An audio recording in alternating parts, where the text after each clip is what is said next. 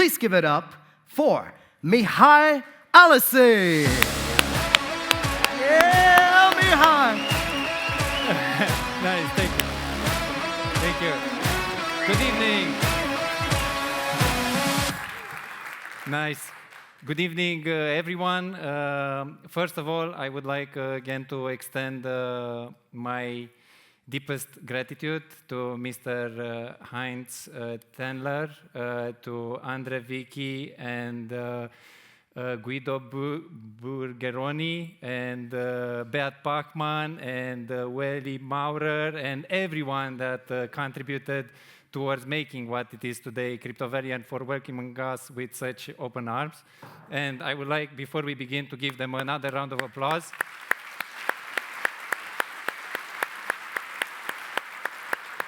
Thank you. And just one more thing before we begin. I would like to see a show of hands. How many of you have heard of Ethereum? Yeah. Okay, wow, full house.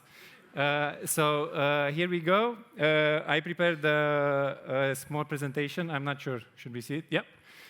So the title is Crypto Valley Origins and the Ethereum Beginnings. And our story begins on 27 January 2014 on a flight from Barcelona. In the meantime, we were already kind of discussing, exploring various jurisdictions for finding a home for Ethereum.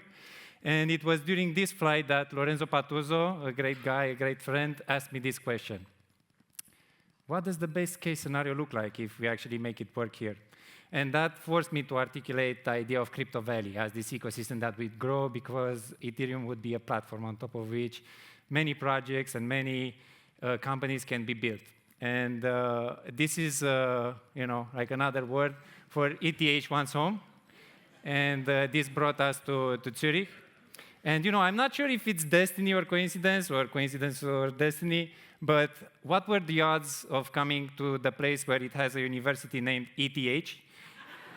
And also the drink made in Zug to be called Ether.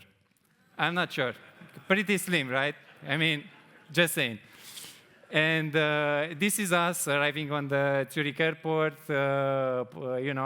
and this is also just to show that we tackle this with a smile on our face, We're going here, a bit of a shot in the dark, but we'll see what. And, in the airport, again, it was a sign. Allegra, benvenuto, benvenu, willkommen, welcome, grüezi. So we arrived here, and also, no way back, no transfer. We'll get back to that. So here we were in, all in. And this also, along the way, okay, let's see. Can we find a place for Ethereum? What would the offices be? And here you can see you can hear Herbert making a joke in a minute. I will let you hear it. Hey, you can sleep over there. Sleeping back. Who has the last laugh, has the bigger laugh? Because I'm not sure, but I think in about 2 weeks from this video, we actually crashed. I think like 12 or 15 people into Herbert's two-bed apartment in Lucerne. It was fun, but I'm not sure if you guys can sleep there. Not in my apartment, I guess. He was very welcoming and a nice guy. And again, speaking to the welcoming attitude and forward thinking of the authorities, after landing on the 27th of January 2014 without knowing anyone or anything about Switzerland, in less than a month, on the 24th February 2014, we incorporated Ethereum Switzerland GmbH. We covered a bit earlier. We started with the GmbH. 20,000 was a lot to pull together back then. Later on, we had enough to do a foundation and also a clearer idea, thanks to MME, on how we can do it so no one gets in trouble. It worked. It was always a tough thing. Yeah.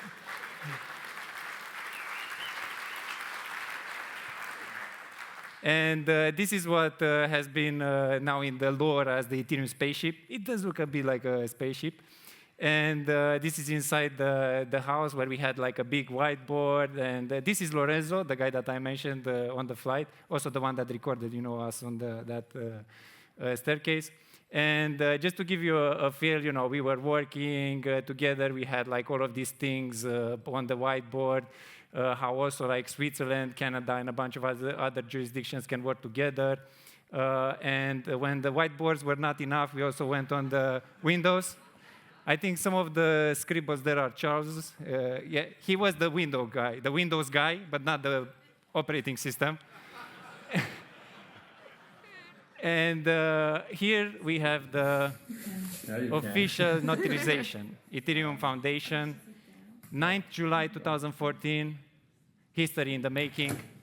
Het is weer aan het zijn, ik hoop.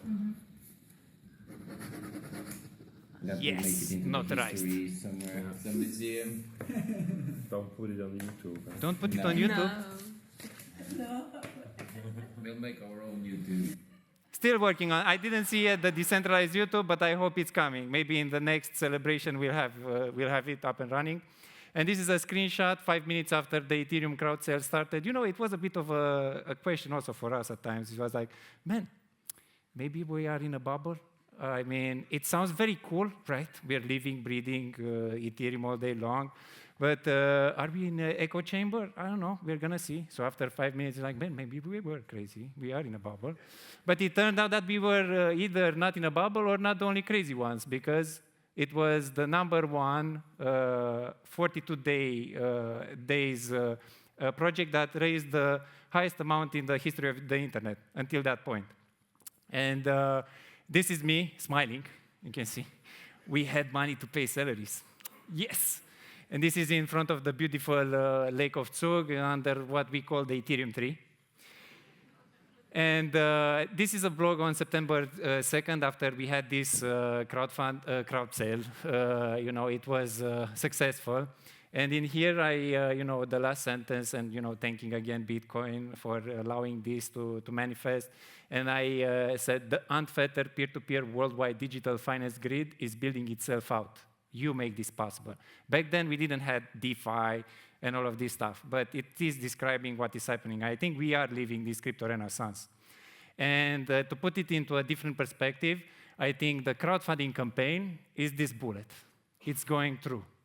But like what's actually the biggest impact is what follows. And this is what we're living now, I feel. And to put it into perspective, I will take just one single lens, looking a bit flattening the entire thing. But we will look at stablecoins and DeFi. Now we have a name for it. And this is, for example, the on-chain volume of stablecoins and just the USD. There are, let's say, also Euro, stablecoins, GBP, and others, but USD is the biggest one. And zooming in a bit in the last year, we have like this, you know, spikes.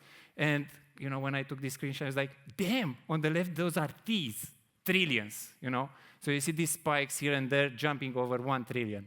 And then I went on this Visa, wow, on-chain analytics, it's happening. And we see that just in the last 30 days, we had over $1.5 trillion of dollars that were settled using the Ethereum infrastructure. But that's not all. If we look, zooming out a bit again, over $20 trillion were settled in the last 12 months. So that's epic. And that has at its core this Swiss DNA baked in it, because we were able to set up the legal entity here that allowed us to focus on the technology while being less worried that we will get into trouble for doing this technology. So again, thank you.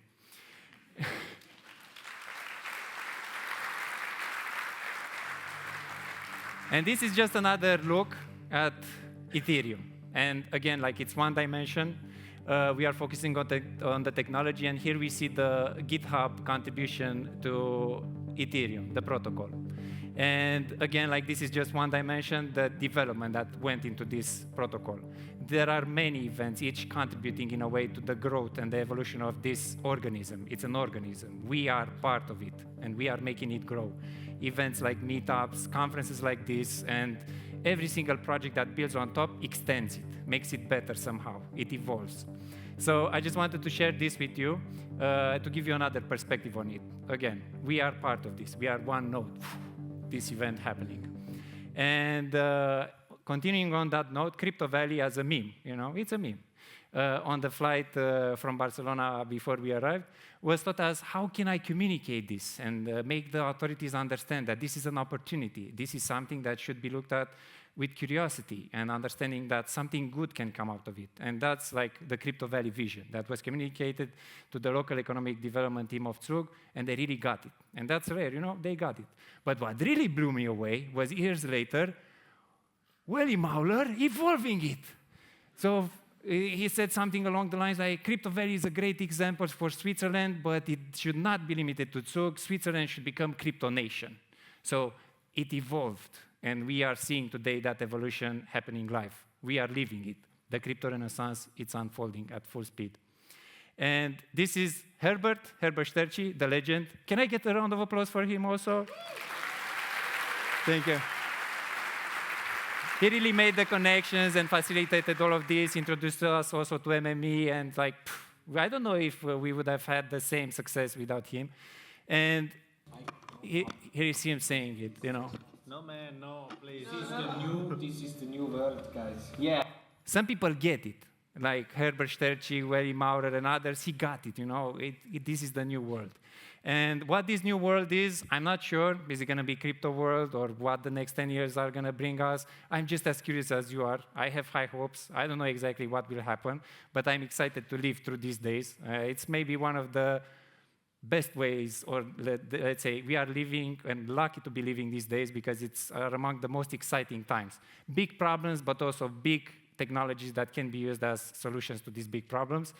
And just to leave you maybe with a thought and also setting up the stage for Vitalik, you know, this is Vitalik walking on water. If you saw it, it happened, it's a picture. But like, the thing that I want to leave you with, I'm not sure what this crypto world is going to look like or what it's going to be, but my hope is that, just as the T-shirt says, it's going to be a world in which we declare variables, not war. Thank you. Stay here.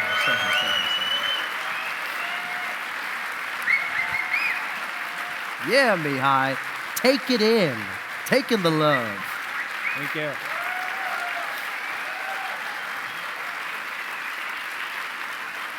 What I love about this man that seems to never go is undying passion. You're almost as enthusiastic about today as you're about tomorrow, as you were about telling the story from yesterday. But for this moment, being here, and you're local here, right? You live Yeah, living and loving Zug. You know? Living and loving Zug. What does it feel to have the city here, to have some of your co-founders here?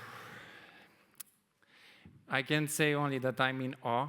And I feel very grateful and honored to be here on this stage. And I'm beyond surprised, so to say, that this thing is happening, which surpasses my wildest expectations or dreams. And don't get me wrong, I tend to dream big, but this is bigger than my biggest dream. That's amazing. Ladies and gentlemen, Mihai. Thank you. Thank you.